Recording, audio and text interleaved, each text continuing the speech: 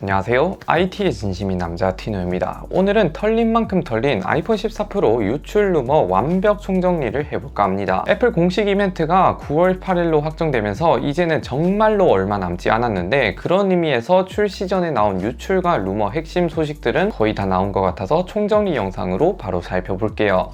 가장 먼저 디자인의 경우 이미 아시는 분들도 많을 것 같아서 간단하게 집어드리자면, 전면의 경우 드디어 5년 만에 노치가 사라지면서 일명 알력 디스플레이가 탑재가 됐는데, 루머를 통해 공개된 사이즈의 경우 기존 상단 인터페이스보다 차지하던 공간이 조금 더 늘어날 예정이고, 펀치홀 구멍은 갤럭시처럼 매우 타이트한 정도는 아니고 구멍 사이즈가 상당히 넉넉하게 들어가 있네요. 전면 카메라 구멍과 트루뎁스 카메라 폭 크기가 동일한 게 특징이라 할 수 있겠네요. 그리고 노치보다는 이게 조금 더 낫지 않을까 하는 생각이 살짝 들긴 합니다. 후면은 전작 트리플 카메라와 압도적인 카툭티 사이즈는 변함없이 그대로 이어져 올 것 같네요. 후면 디자인은 아이폰 13 프로랑 똑같거나 비슷하다 이렇게 생각하시면 됩니다. 색상은 유출 더미에서도 나왔던데 현재까지 확정된 컬러는 4가지 컬러로 그라파이트, 실버, 골드, 퍼플 이렇게 있는데, 퍼플의 경우 이번에는 다소 진한 느낌이 아닐까 하는 생각이 됩니다. 나와봐야 알겠지만 퍼플이 아마 메인 컬러가 될 것 같네요. 그리고 이번에 맥세이프 자력이 조금 더 강해진다는 루머가 있는데, 솔직히 생폰 기준으로 쓴다면 자력은 무난한 편이지만 저처럼 투명 케이스나 하드 케이스를 쓸 때는 자력이 아무래도 약한 점이 있고, 특히 악명 높은 맥세이프 카드 지갑을 쓸 경우 어느샌가 갑자기 사라지는 마법을 볼 수 있었는데, 자력이 좀 더 강해지면 좋긴 할 것 같네요.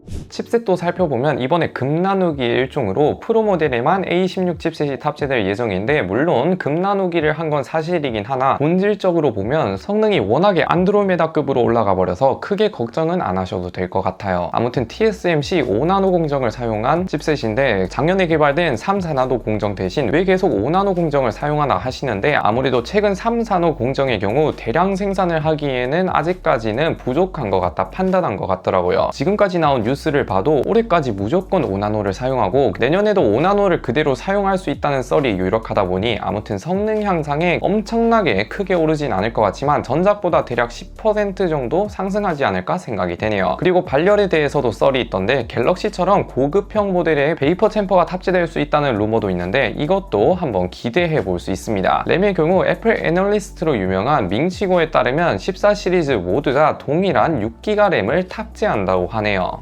배터리도 보면 기존 아이폰 13 시리즈도 워낙에 배터리가 오래 가다 보니 호평이 많긴 했는데, 이번에는 전작보다 조금 더 오래 갈 수 있다 하더라고요. 그 이유 중에 하나는 5G 통신 모델이 변경이 되면서 아이폰 최초로 와이파이 6E를 지원하는 것 뿐만 아니라 TSMC 공정을 사용하면서 이전 칩셋들보다 물리적으로 좀 더 작아지면서 저전력 소비 칩셋으로 바뀌었다 하더라고요. 그렇게 되면 배터리 수명이 조금 더 향상될 수 있습니다.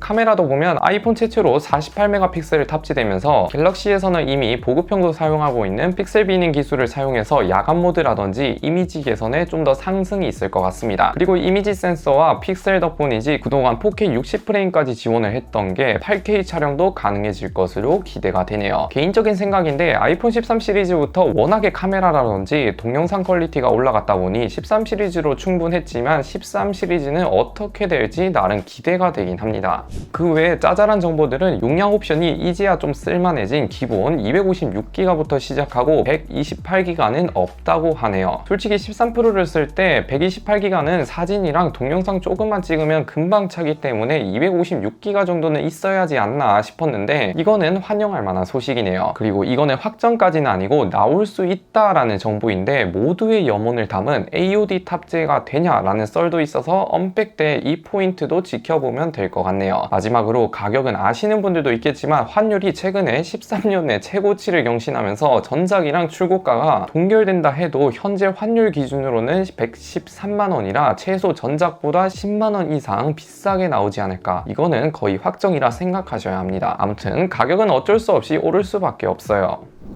이렇게 아이폰 13 프로 유출 총정리 간단하게 살펴봤는데, 저는 비싸던 저렴하던 리뷰다 보니 당연히 해외 직구를 통해 구입해서 여러분들께 리뷰까지 다 정리해서 말씀드리도록 할게요. 조만간 가격에 대해서도 풀 정리해서 업로드할 것 같은데, 이것도 많은 관심 가져주시면 감사드릴게요. 아무튼 오늘 영상 여기까지 시청해주셔서 감사드리고요. 영상 마음에 드셨다면 구독, 좋아요 한 번씩 눌러주시면 매우 감사드립니다. 안녕히 계세요.